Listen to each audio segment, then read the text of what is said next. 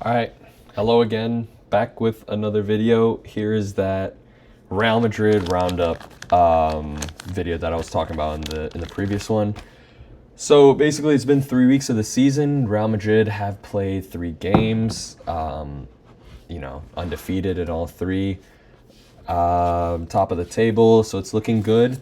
And as I was saying, like I'll try to make these weekly moving forward, just because I think it'll be a bit easier. But with the international break kind of being so soon with the start of the season, I was gonna just wait and then do everything in total. And also it being like new season and everything, new management. I thought it would just make sense to let a couple games go by, let it build, especially with no preseason as well, and then kind of do the first round of video after that. So yeah, 3 games, looking good so far. So let's get right into it. So here's some context, kind of for the video today and how I'm judging Real Madrid. So obviously we're top of the table. I think the first thing to kind of preface is there's a lot of moving parts and a lot of new things with the season. New management, whole new staff, majority of the staff is quite new.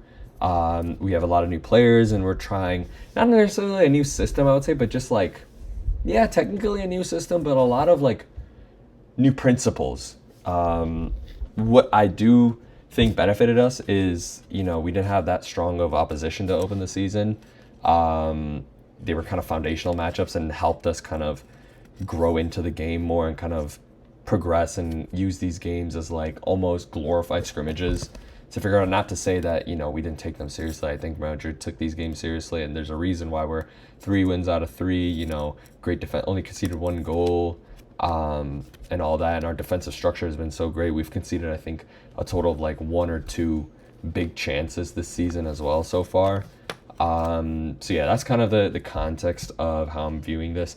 I'm viewing it as very slow. I'm not expecting like, okay, new season began, get the ground running. We have all the parts. Like, I am giving time, as I did last season. Last season, my thing was let things kind of gel for like the first 2-3 months. There was a lot of difficult things that happened last season, and a lot of negative moving parts, as in like the injuries, a lack of changes in the 11, Carlo being a bit more passive, not the link up between Vini and Mbappe not really clicking, poor defensive structure. So I think all the things I'm for this season, I'm viewing it very foundationally, and then seeing if I just see constant improvement each game and see the things that were negative in the other game being targeted, I view it as, good progression. So yeah, we can move forward and talk about Osasuna now.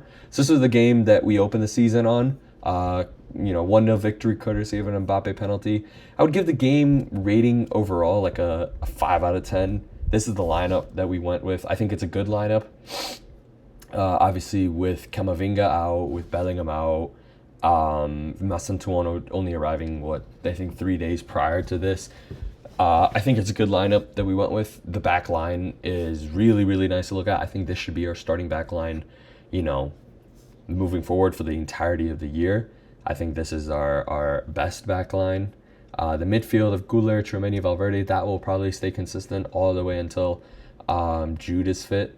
I think they are building a good chemistry together. I can see Camavinga kind of battling for that spot with Güler. But I think Camavinga, there's a lot of moving parts with that. So I think Güler is important to how Xabi Alonso wants to play, and I think he will continue to try to play Güler. So in that sense, I can see maybe Diaz or Franco dropping, like essentially dropping a forward to have that midfielder come in and play.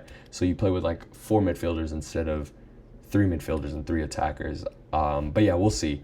I think Camavinga will find his way into this team, but slowly, just because of how much importance they put on Güler. I would also want to highlight Housen for this game. Man of the match obviously goes to Mbappe. I think Mbappe was phenomenal this game, but kind of another mention I give to Housen. So going on to some of the positives, I think our defensive structure and our counter press was very evident in this game. I have some like match screenshots, set up for this. But yeah, we'll go into that. I have that for every game. But I think our defensive structure was very, very good this game. And there are some certain screenshots from other games that I have that highlight that. And our counter press was really good.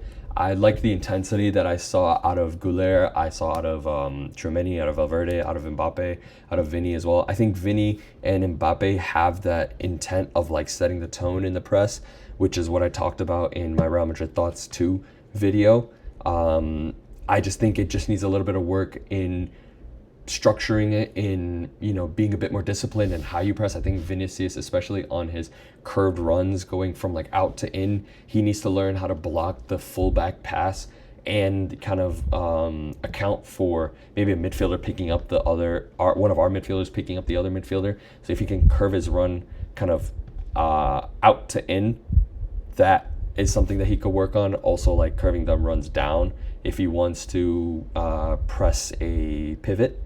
But I liked what I saw. I like how when the sides want to build up from the goal kick and have the two center backs back, Mbappe is the one pressing down, and then he's telling Franco to move up, or whoever the right wing is, he's telling Vinicius to move up.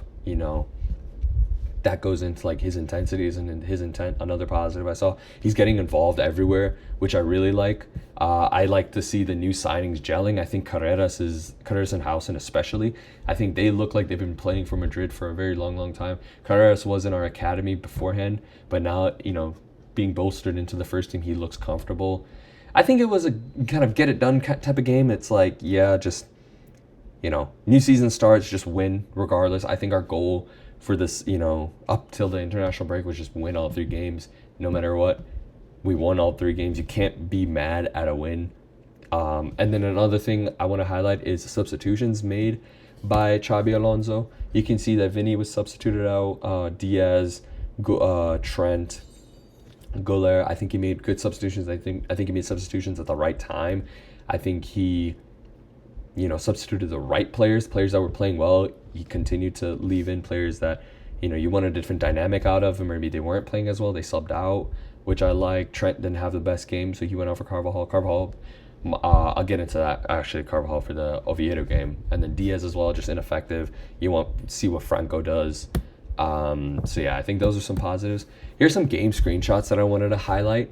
So the main struggle with this Osasuna game was we were too static, and we were too the intensity to beat the press was not good enough. So the being static on the ball, not really moving around, nobody really coming in and supporting, and that paired with the lack of intensity when we were on the ball made it difficult to break down Osasuna's very, very low block. But this I want to highlight as a good moment for Real Madrid. Came in the 33rd minute. I'm pretty sure this is Brahim. Yeah, this is Brahim Diaz out here. I think this is a great setup to beat this press. I think we have them caught out with like a little bit of space in between the lines.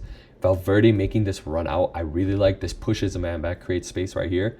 And then what it did is it led to this scenario over here where Mbappe got the ball and had a shot on goal. What I also like about this is just how many players are in the box. How many players are committing forward and they're also committing to going back, I think is really, really good. Having Goulet out here, we have options all over. We have options in the box, options for the cutback.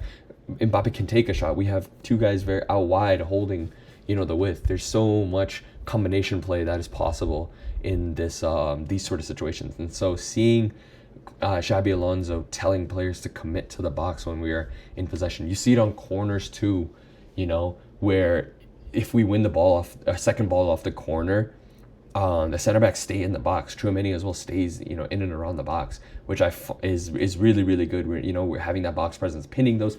If we can pin those defenders back, they can't suffocate us and win the ball back and launch a counter. One of the goals on the Supercopa where we lost 5-2 last season came from that sloppy corner. Nobody was there to recover the ball, and then Balde scored on a counterattack. So these are good signs that I'm seeing. Here's another sign of like Carreras gets the ball in this overlap. I think we combined really well here, but you can see there's so many players in the box for him to find. Before, it would just be like Vinny or just be Mbappe. The players would not rush in the box. So many players would be at the edge of the box here. Mbappe is in the box right now. And I think Mbappe, another thing I'll get into, he does need to improve on his positioning play sometimes. But I'm seeing slow and gradual improvements. I don't want to see the thing. Obviously, you're never going to see the things that are wrong instantly fixed, but you're seeing improvements. I'm seeing improvements, which is what I like to see from Real Madrid, which is what I want to see. And then this is another screenshot I wanted to highlight. This is good setup and good positional play. This is huge. So one of our negatives, which I think it will go into kind of after this, my kind of how I have this slideshow setup is I have the game, and then I have positives, screenshots that back up the positives, and then the negatives, and then screenshots that back up the negatives. So this is another setup of us, trying to break down this low block, and I think it's a really good setup. Mbappe's isolated in this 1v1. This second man, he should be pressing more on Mbappe, but he's not. Mbappe capitalizes, and he gets around his man over here to get a ball in the box. But one thing that I really, really want to highlight right here is Vinicius' position. When Mbappe drifts wide, I love that Vinicius goes central. And obviously we have Carrera still as an option out here. But this needs to be the chemistry that they can develop. I'm fine with Mbappe coming out and combining, out in these wings and Vinicius here, doing those combinations play. But then we always need a central presence, whether that comes from one of the midfield, whether that comes from Vinny or Mbappe, themselves.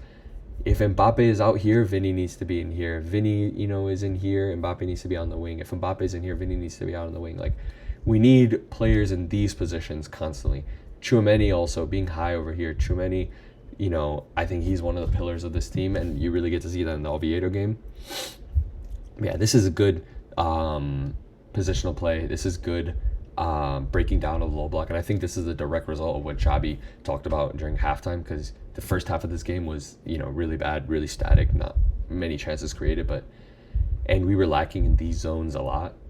But it's directly targeted as soon as the second half starts with, obviously this being in the 55th minute. So now some of the negatives I saw, I think I've kind of talked about them, this lack of group intensity. I think we are intense in spurts. I think we are, we have real intention to win the ball back in counter presses within like the first 6 to 8 seconds of us losing the ball. I think it's good, but I think it could be more. I think it could be more consistent. I think there are times where we kind of slip up and then allow the opposition the ball. But when we allow the opposition the ball, I would like us to be intense in getting into that block that we want to set up. I've seen a lot of that 4-5-1 or 5-4-1 block set up from Real Madrid, similar to how we did it against Juve in the Club World Cup. And I love that. I think that's fantastic. I think that should be our block. I think we should be more quicker into getting into that. I think our transition from losing the ball to counter-pressing to getting into a low mid block needs work, needs to be more seamless, needs to be more quick. And then in possession, in attack, this will be really evident in La Liga, because obviously La Liga is where we will need to be breaking down these low mid blocks a lot. We need to be more intense. We need to move more when we have the ball, and we need to not switch off when we're defending. A lot of times the chances that we concede always came in the second half and in late second half of all three of these games. If we can limit that and give a complete performance each time, I think it'll only be a benefit. And then another thing, I still see some Ancelotti tendencies, and then one of the screenshots directly highlights that. So here is the first half of that Osasuna game. It's really stagnant. If you watch this back and look at this moment, and also look at the moment where Dean Howson has his long shot, it's static. There's no options. There's nobody in these spaces. Mbappe, if you want to play that, I like that he's here, but the thing is, he's just ineffective. Everybody's ineffective in these positions. If Mbappe can come down here, he allows, maybe Valverde can come up and cover here. Vinicius and Carreras are just uninvolved in the play right here, I think we're spread out a lot. I see why we're spread out. You want to stretch this low block and then create like passing lanes in between. But I think if we can combine and then go for a switch, pull the side over, that's how you want to catch the low blocks out. When you're just in comfortable possession where we were in this stage, like we had the ball comfortably, we were just passing around the block. It's going from back and forth. This low block can shift back and forth. But now think of it like we have players all, say Mbappe comes in, Valverde comes in, Tchouaméni, maybe even one of Goulet or Diaz comes in, and they combine, on this side over here. It compresses that block to that side, and maybe you can have Carreras or Vinicius, or maybe even both out on this wing, and they will be open or in isolation. You create that switch. When you have that low block in a compressed state, and then they're transitioning out to pull on this side, that's when you find the gaps. It's not like, okay, we're just gonna spread out and then low blocks. But when the low block spreads out, they can compress down this way, which limits the gaps. But when you catch them in transition, that's when you can find the gaps and create opportunities. So that's something that needs improvement, but it's something that I think has been improving as the matches have gone on. Here's kind of what I mean by like the Carlo tendencies. As you can see, there's like a big gap between the defensive line, or the offensive line, and the midfield line. Tchouaméni is not in frame. I would want what's it called, Dean Allison to push up more. I would want Carreras to push up more. And you can kind of see how, like, Vinicius, he's just not involved in this. Mbappe's down here doing it, trying to figure out a way. This does lead to that penalty, actually. So I guess, it's a good thing. But yeah, there's no central presence. You have one combination option right here, but I think you can kind of get away with it because you're Real Madrid, and I think that's kind of what Carlo banked on a lot last season, is you have some of the best players in the world. So if they're in isolations, it's more likely not going to favor them. But you don't want to see this on a consistent basis. And I think if we can mitigate this as much as possible, it'll only benefit us more. And then here's a defensive display that, like this, again, here's like a lapse in judgment. We're up 1-0. It's, middle of the second half. You're going to start to shift from the mindset of, hey, we got to get goals, get a winner, to like, okay, let's hold on and maintain. This backline is not marking correctly. Brahim Diaz actually clocks him, the number 23 over here, before this ball is even played in, but no communication is made. Trent gives a half-hearted effort, and we eventually do deal with it, but if this is a better side and this is a better ball, this is a goal pretty easily. We have the men over here to block. Brahim is just covering space in this sense. And it is valuable space that he's covering. You need a man here. So I'm not too mad at this, but then Dean Howson, Tchouaméni, Eder Militao, and Trent. You have 4 men here. You have 3 men in the box. You need to set up better. Dean Howson, I'm fine with you over here. But then these two need to shift back, and Trent needs to take a step back over here. They need to communicate more. This was the issue with Vasquez and Militao.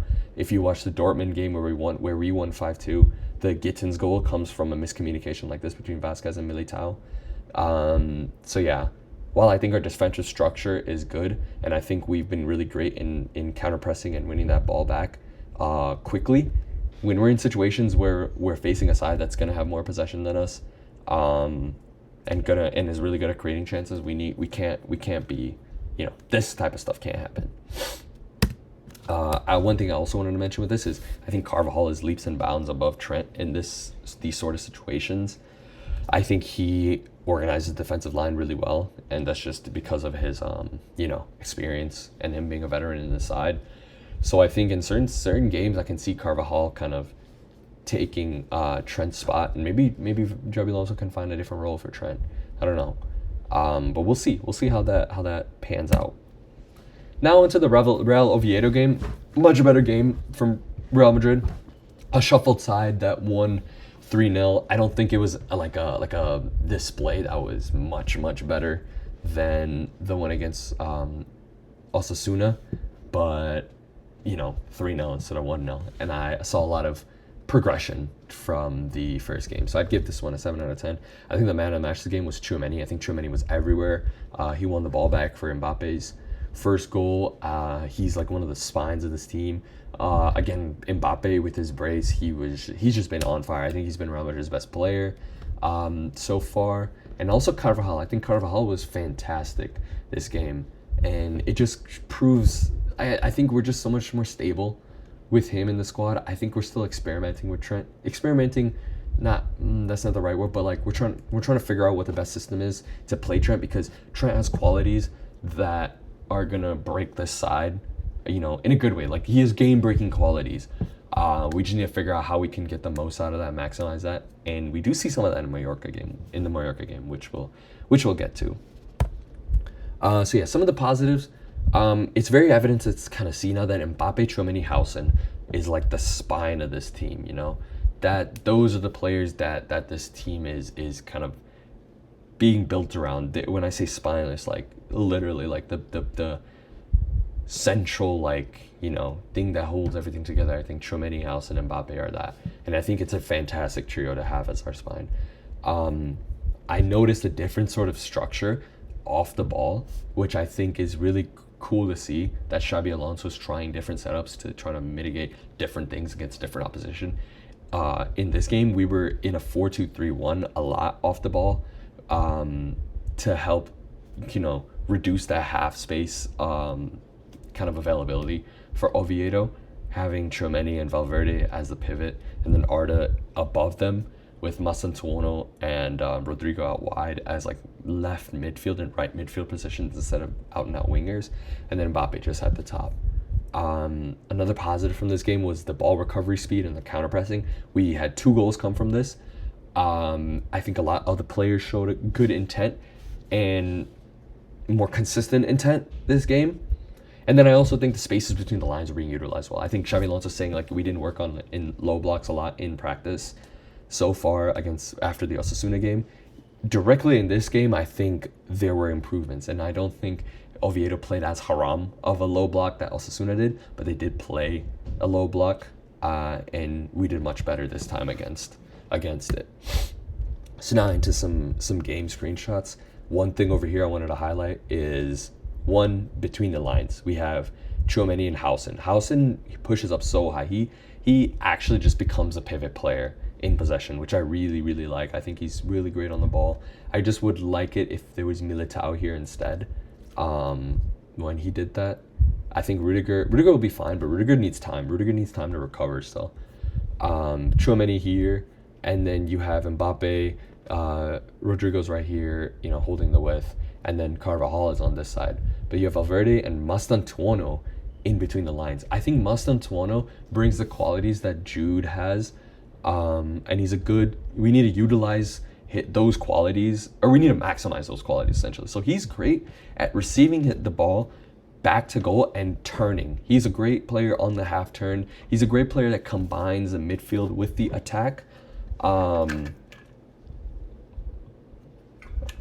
he's a sharp, creative dribbler. He was really, really good this game. He was even better against Mallorca.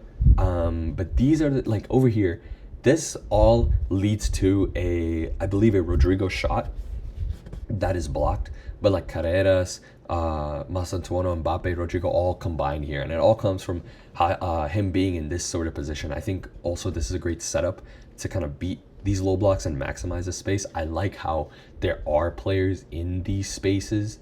I believe that's Arda Güler, Valverde is here, Franco is there. And so yeah, and now we have players that are capable of breaking those lines. You have Tchouaméni, who does that at a really high level, and Housen as well does that at a really high level. So yeah, that's kind of wanted to highlight with this screenshot, and I'm excited to see Jude in this role as well. Maybe Jude comes in for Güler, and then you continue to play Mastantuono, and you have like these 2 players that can come in the half space. I think when Mastantuono is playing, he plays a bit better with Carvajal, because Carvajal is more suited to that traditional like fullback role. He's really good, hugging the touchline, being out wide rather than tucking in. And with Trent, you want him to like tuck in and be more of that midfielder. But hey, it's just more tactical flexibility, which I like. Now onto this screenshot. What I wanted to highlight is the 2-4 press that we have. So this is a man-to-man press. Oviedo are building up from the goal kick, or from a free kick, I think. But yeah, I think this press is really good. You can see the clear structures of the press. So center backs receive the ball. Rodrigo and Mbappe are tasked to just put pressure on them. Now, when they get out wide, Carreras will bend his run like this and get to the center back to cut off this passing line. Valverde is coming in to cover this man right here. When another player drops in over here, what happens is Housen wins the ball back, and then we win the ball back in a high position. This is perfect. This is exactly what I want to see. whether this is Rodrigo, Vinny, Mbappe, Mbappe's here obviously, but whoever it is, set the tone. Just set the tone, and then let the team around you that's filled with machines, filled with runners, that are much more intense in the press. Let them, cook. Let them work. But you have to be synchronized with them. You have these triangles set up in the press, this man-to-man structure. We win the ball back so many times, high up the pitch and quickly. One thing I do want to highlight here is I wonder how Camavinga will work in the situation, because Camavinga is much more intense. I think him being here instead of Güler is going to be even better. I think Güler, when we win the ball back, he's actually like maybe a bit better in that progressive passing. Mainly, I say that also because I just haven't seen Camavinga in these sort of roles in a long time. The last time he'd really truly played like advanced 8 for us was in the season that he was signed, and I really like to look back at that Man City game where our second leg against Man City where Rodrigo scored the brace. He was in these sort of positions, played a switch to Benzema, who crossed it across, and then Rodrigo scored. But I think him being here just makes this more intense, and I think him being here against better opposition is what we need to do, what we need to have. So I really like this. Tchouaméni's also sweeping under with House, and I think this is really good. I think this is a great structural sign from Real Madrid. I think there's clear patterns at play. This is not just a one-off occasion of a decent press at a decent time. Now onto the negatives. So this is kind of what I was saying with the Osasuna game, and it was a bit present with this game too, is there's a lack of central forward, like center forward presence when we're facing low blocks, and that just favors the opposing low block. We're not threatening the box at all. They can double team, they can push us out wide. The further we are from the goal, the better for them. They don't care where we have the ball. They don't care if we have the ball by the corner flags. We're not going to affect them, especially because we have no central presence. I think it doesn't allow us to have the quick combination play. I think what it ruins is the frequency of quick combination play through the middle, which is what Real Madrid are really known for. They're known for transitional play and quick combinations, relationism in like small pockets of the pitch, and then exploding out of it, and then going into transition, or maybe from transition doing combinations. That's kind of our game. I guess it's less worry now because it's weaker opposition and it's early on, but it's something that I want to see improve. So here's a screenshot for that. Right here, Mbappe comes down to combine, but then we have zero central presence right here. And I think it's a kind of how Mbappe and Rodrigo play together. I think there's a bit of a different profile with Rodrigo. He's more of that winger that wants to kind of go in at you and then either cut out or cut in. He wants to cut in more than he wants to cut out. I would want him more in these sort of positions. What's it called? More central. I would want him kind of making runs more, but this ends up just being like a combination play right here that's, again, just recycled through. So could be better. Now we can move on to the final game, which is the Mallorca game. I think this was a really good game from Real Madrid. I really like the lineup that they went with here. Again, back to that, most favored back line with Tchouaméni, Valverde, Güler as the midfield. And I really like this front three. I think Vinicius, Mbappe, Mastantuono. This should be our lineup until we can get Bellingham back, until we can get Camavinga back, even Endrick, Mendy. Like, those are good squad players. We want them to return. Until it does, my fault. Until they do, I think this is the lineup that is best for us. I would still give this game a kind of 7 out of 10, mainly because we did switch off in the second half, I think too early, and I think those two chances where like Trent had to clear off the line and Carreras had to clear off the line just lapsed in judgment, and they shouldn't happen. Man of the match of this game, I'd give to Carreras. I think Carreras was brilliant this game. Defensively, offensively, I think he was the whole package. And I think, right now in the world, there's not many players that you can argue are better than Carreras at the left back position. He's definitely top 5 in the world so far at that left back role.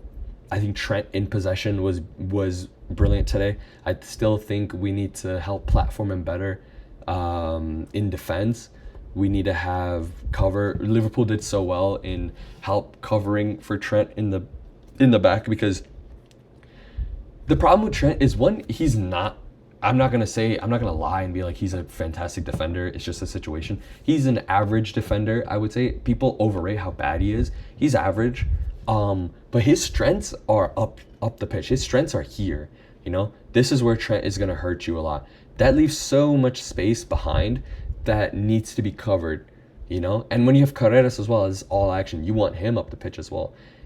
One of the players has to be sacrificed, and it's Valverde. And Valverde, super high action. He's also up here, but maybe he can be more effective in sort of these roles and being that secondary runner. One of the screenshots actually shows, Valverde's more reserved role when Trent is in possession. But that's another reason why I would want Camavinga here instead of Güler. I think Trent gives us what, the combination of Trent and Camavinga can give us what we're trying to achieve with Güler, as that like creative midfielder. I don't think we've seen enough out of Güler. I think the hype is very high for Güler, but I think he's not the player that people are trying to hype him up to be. He can definitely get there, but he's not there yet. Definitely, he's lacking a lot of creativeness. I think out of possession he's a bit shaky. Camavinga is really, really good at that, and then he's also a bit more sound on the ball, I feel. While he doesn't have that as much creative tendencies as Güler does, Trent has that in abundance, and then having Camavinga here would just provide a bit more cover and will allow Valverde to be a bit more free. But yeah, Vinny and Mbappe as well were beautiful this game. I think Vinny looked really sharp, got his goal. I think it was a bit of a selfish take, but he scored. Thank God he did score there, because he had a lot of good passing options. Even other than the goal, though, I think he was brilliant this game. I think Mbappe was brilliant. He was unfortunate not to get, a goal due to the offsides. But yeah. So going into the positives, I think the early moments, especially I think before the goal for Mallorca, and even after our first goal, we were very promising on the ball. It's like chances were being created like that from different areas as well. It was different sort of chances: long ball, build up play, attacking a low block in transition. So much was happening. I think the fullbacks were brilliant in possession. Obviously, Trent, we talked about, and Carreras, we talked about. Carreras was fantastic this game.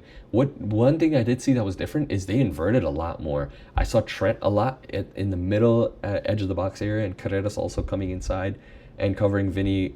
It allowed Vinny more isolations on the left-hand side. I think the midfield were very in tune, and I think that chemistry is building with those three, because now they've played 3 games together. They were very in tune and compact. Another thing, it was just another, just get it done, you concede early from the corner. That was poor. We need to work on set piece defending and kind of defending crosses and stuff. That's something that we're not good at. But we just get it done. These are early stages. All 3 out of 3 wins. Great to see. And then obviously another thing, there's clear signs of effort in the pressing structure, and the counter press. So here's one screenshot that I want to highlight early on in the game. I think one thing I want you to look at here is the compactness of the midfield. This is really good to see. This is kind of how you want your midfield to be, in close proximity, being able to combine with each other and build up. In this phase of the game, in this phase of play where you're at this stage, you have the option to build up. Trent will invert, becoming kind of creating this box midfield. And then, obviously this goes straight to Mbappe, and that's just the quality of Trent. But I like the structure that I see here. Wish this was a goal. This was a fantastic pass from Trent.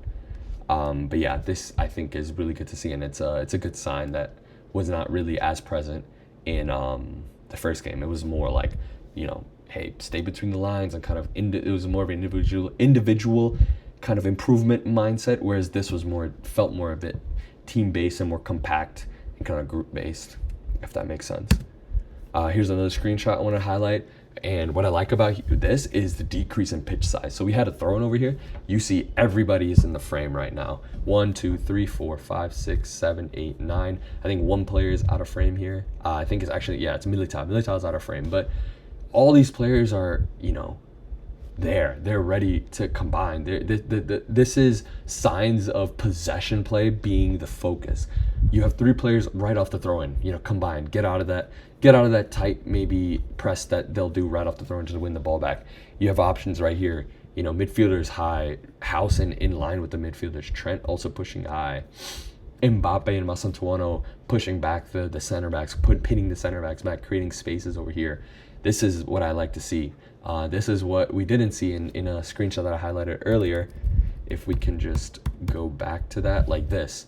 Vinicius is just completely, uninvolved with the play. Over here, they're uninvolved, with the play.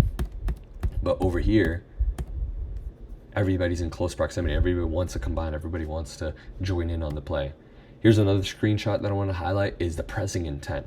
You can see Vinicius is sprinting over here to get, to tackle this man to win the ball back. And then Valverde is, seeing, okay, cover over there. Carreras is signaling to Valverde, hey, cover this man. I got this guy over here. Tchouaméni, covering the space over here. This is beautiful. This is intent. This is progress. This is, positive signs in the right direction. Nothing's perfect yet.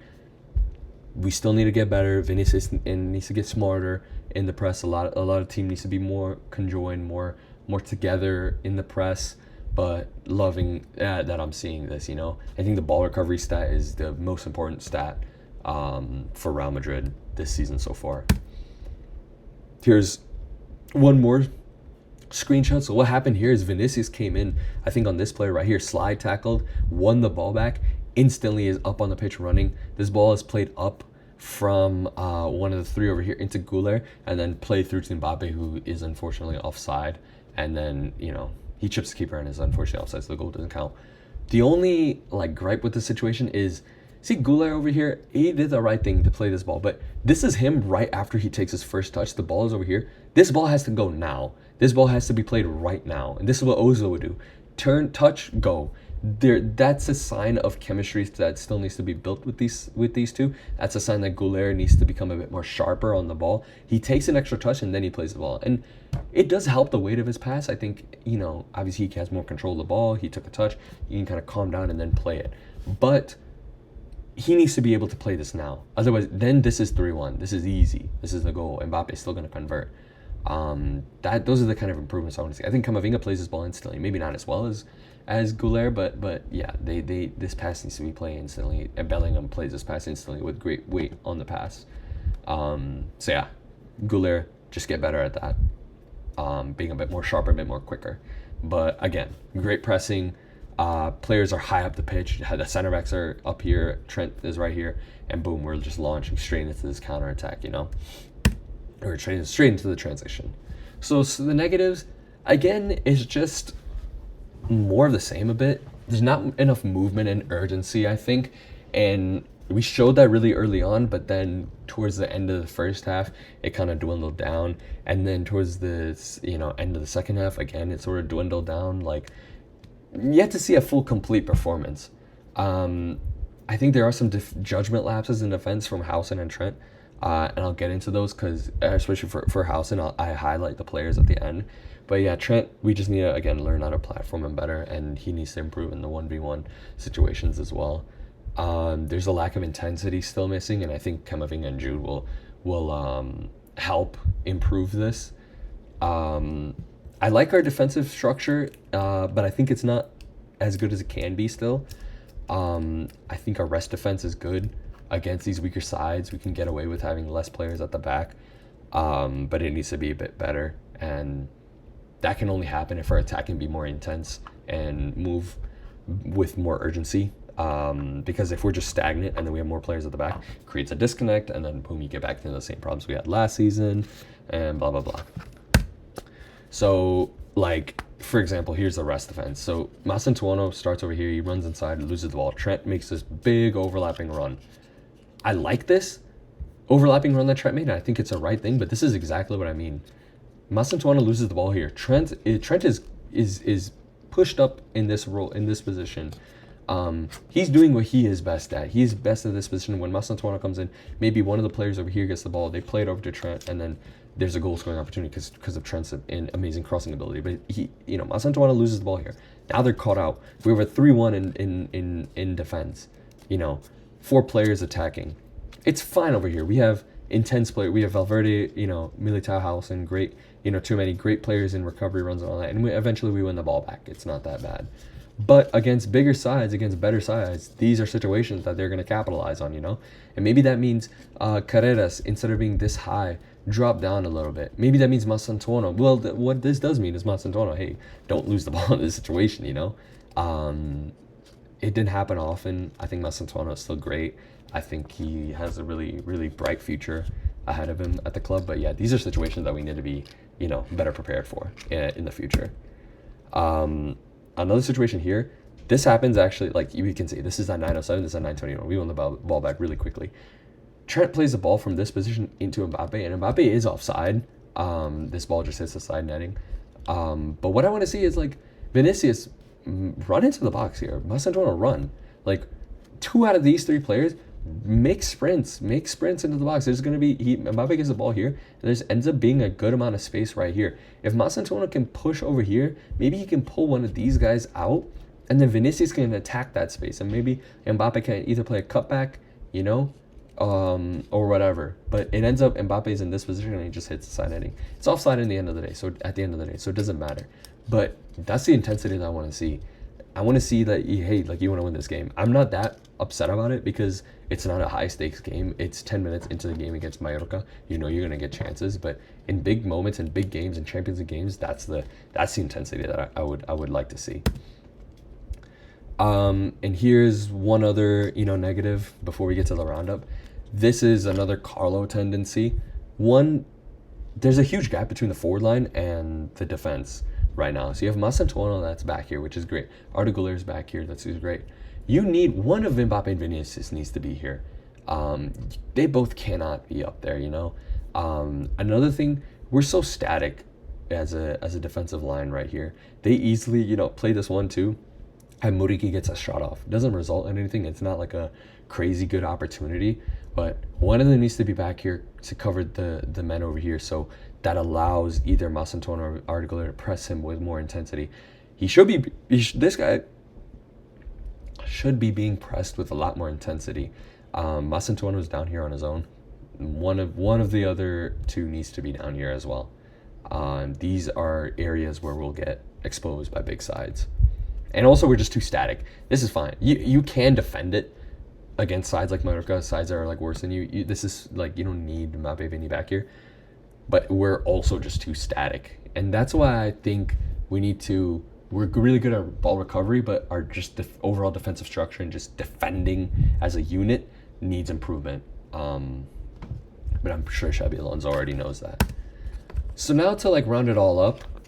So the positives, I think every time I've discussed the positives in each of these games, you guys can see there's clear signs of like consistencies in the things that I'm mentioning, and also like the defensive structure, ball recovery, pressing, passing patterns, they're all being shown consistently, and there's consistent improvement. What I like is the flexibility and the changes in 11 that Xabi Alonso is doing, and different sort of play styles. Everything is kind of like, it's like building blocks. It's like you're taking one step at a time. You're improving one thing at a time, which I like. There's a lot of flexibility in the side. A lot of different players coming in. You kind of have to win your place back, which I like. He's doing a lot of rotations, which I like. This will help us stay like a step in front of everybody else in Europe. And then I also think the players are looking a lot more sharper, a lot more comfortable. We're putting them in positions to succeed. It's only going to keep stacking, and hopefully it just keeps stacking because we have a good, you know, fixture list coming up. Although as consistent as the positives are, there are consistent, you know, negatives, and I think the biggest thing is just intensity. It's getting better, and I'm very happy that it is getting better.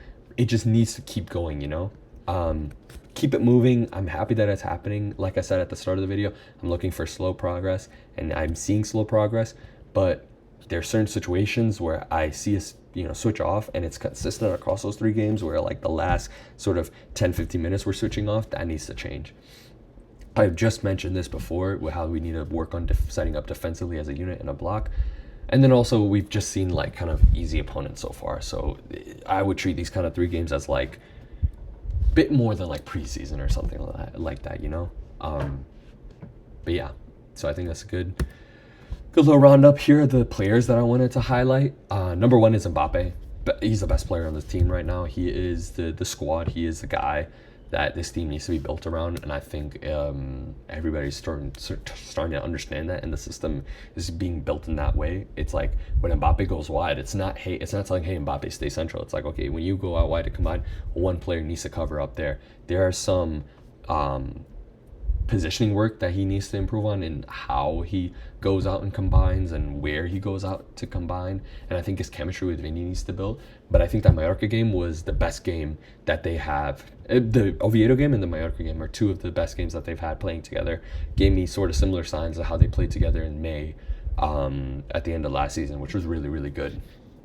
And the second player I want to highlight is Carreras. I think in ball carrying, he's amazing. When he has the ball at his feet and he's dribbling, he's running, he's almost unstoppable.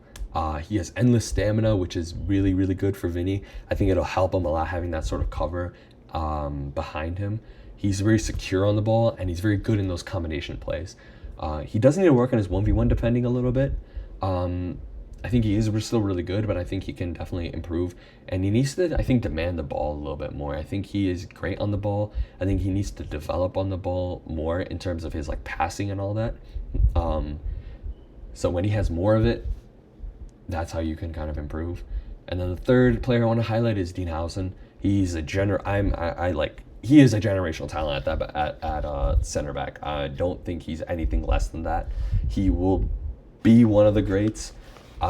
He's incredible on the ball. One of the best like ball playing defenders I've seen in a bit, especially at Real Madrid. Definitely at Real Madrid, one of the best on the ball probably since Ramos. He's so physically dominant in the air and in tackles. And one thing is like he's not the quickest, so sometimes you feel like okay he's gonna get caught out, but his positioning and knowledge of the game is so elite. He just knows where to be to win that ball back, and then pairing him with like a defender like Militao and Carreras next to him is beautiful. It's a real pleasure to have a player like him on my team, and him being only 20 years old is just crazy. He can be a bit sloppy or lazy in defensive blocks, and I think his in-the-box defending needs a bit of help because he can kind of take things a little bit too easy or maybe not take it seriously enough. So that's something that he needs to work on. But again, he's only 20, and he's probably a 9.5 out of 10 type of player, you know. Some honorable mentions I wanted to give to Tchouaméni, Masantuono, Carvajal, and Vinicius. Talked about all of them in the video so far, so I won't go over too much. And then the NI stands for needs to improve or needs improvement. I've put Trent there, again, for reasons I've discussed, which is like on the ball, he's getting better, and Mallorca kind of showed that.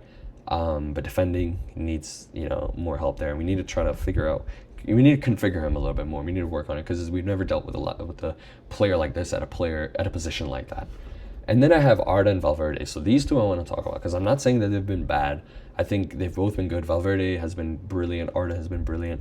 But I think the expectations that we have of them and the roles that we want them to play, they have not really fulfilled that. Right now, Valverde, I'll give a little bit more leeway because he's covering for Trent and he's being that sort of like anchor for the team, almost like, hey, we're figuring this new stuff out.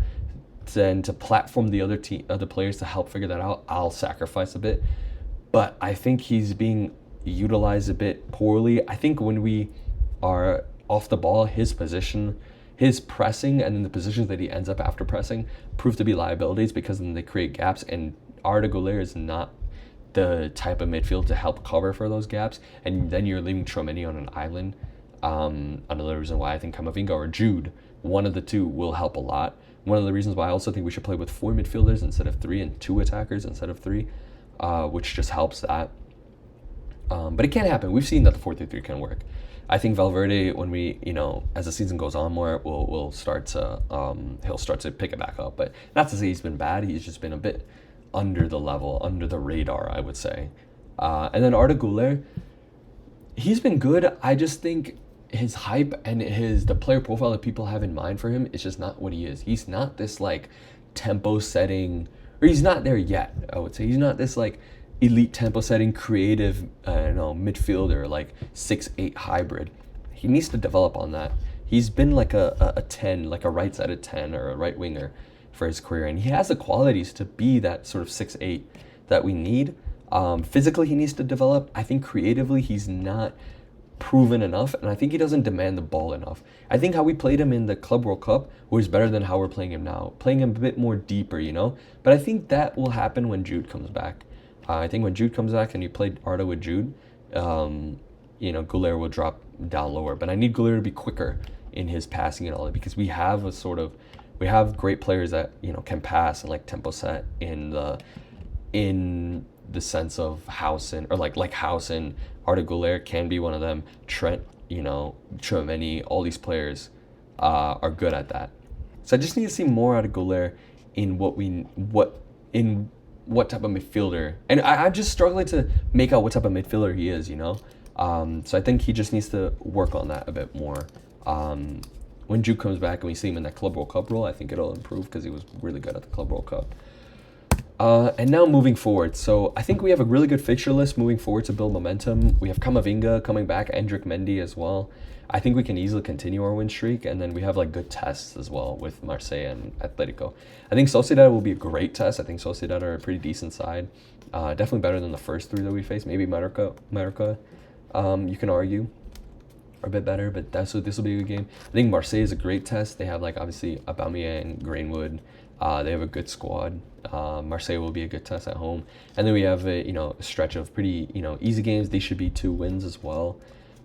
Then the Madrid derby. Atletico have not looked good, but I think they're Atletico Madrid at the end of the day. I think these 2 games can give us trouble. This is obviously like because it's 9 hours away, and it's we've never played this sort of side.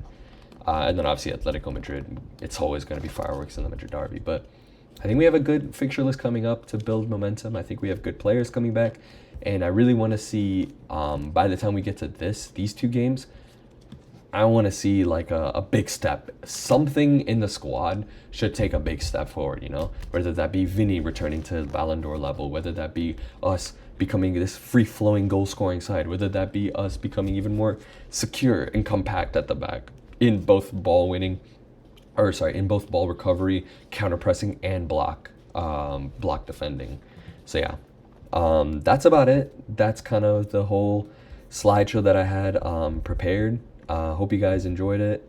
Hope you guys are, let me know what you guys think about, how Madrid have played. If you guys have been following up, maybe any other type of videos you wanted me to make. I was also, this is like completely random, but with NFL coming up as well, I'm a big American football fan as well. I might like throw in some videos about that. Maybe like a predictions video, like who's going to win the awards, who's going to win each division, and then Super Bowl and all that. I could just do that because I don't know, why the fuck not. But yeah, all right, let me know what y'all think, and I'll catch y'all later in the next video.